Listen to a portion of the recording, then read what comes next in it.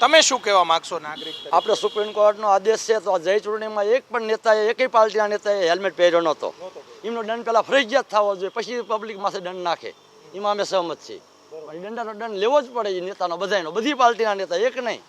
એકેય પાર્ટીના નેતા નીકળ્યા સભામાં પ્રચારમાં તો એકેય દંડ નહોતો પહેર્યો. રાજુભાઈ તમે શું કહેશો? જોયા હતા ક્યાંય નેતા હેલ્મેટ વગર કે હેલ્મેટ પહેરેલા રેલીમાં તો ક્યાંય મેં નથી કોઈ જોયા. નેતાઓએ પણ નથી જોતા, કાર્યકરો કે આગેવાનો કે જે મંત્રીઓ છે એ પણ કંઈ પહેરતા નથી. તો અમલવારી બધા કાયદો બધા માટે સરખો હોવો જોઈએ. અને ખાસ કરીને એવું એક પરિપત્ર જાહેર કરવો જોઈએ, ખાસ કરીને કે જે રેલીની મંજૂરી આપવામાં આવે તો એને ફરજિયાત એમાં ટાંક મારવામાં આવે કે હેલ્મેટ પહેરેલા હશે એને જ રેલીની મંજૂરી આપવામાં આવશે, તો જ કાયદાની કડક અમલી.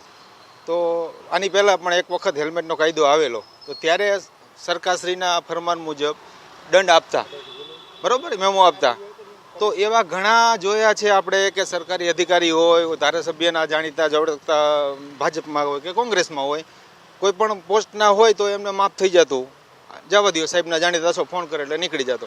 તો સરકાર આવા દંડ લે, અમુકને જવા દે, તો એના કરતાં બેસ્ટ ઓપ્શન તો હું એવું માનું છું કે તમે દંડની જગ્યાએ કસ્ટમરને 300 રૂપિયા આપી, માનો કોઈ દંડની રકમ 300 છે તો એ રકમ લઈને સામે હેલ્મેટ આપી દો.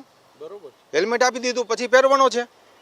પણ તમે દંડ લ્યો છો, ઓફિશિયલી 50% જમા થતા હોય છે, બાકી ફોનથી માણસો અમે આના સાહેબનો મિત્ર છું, સાહેબનો ભાણેજ છું, સાહેબનો ભાઈ ભત્રીજો છું, ઘણાને આવા જોયા છે. ભલામણ ચાલે જ છે, હજુ પણ કાળા કાચવાળી ગાડી ફરે છે, દરેકને દંડ મળે છે. જો આવી જ બીક હોત તો કાળા કાચવાળી ગાડી નીકળે જ નહીં.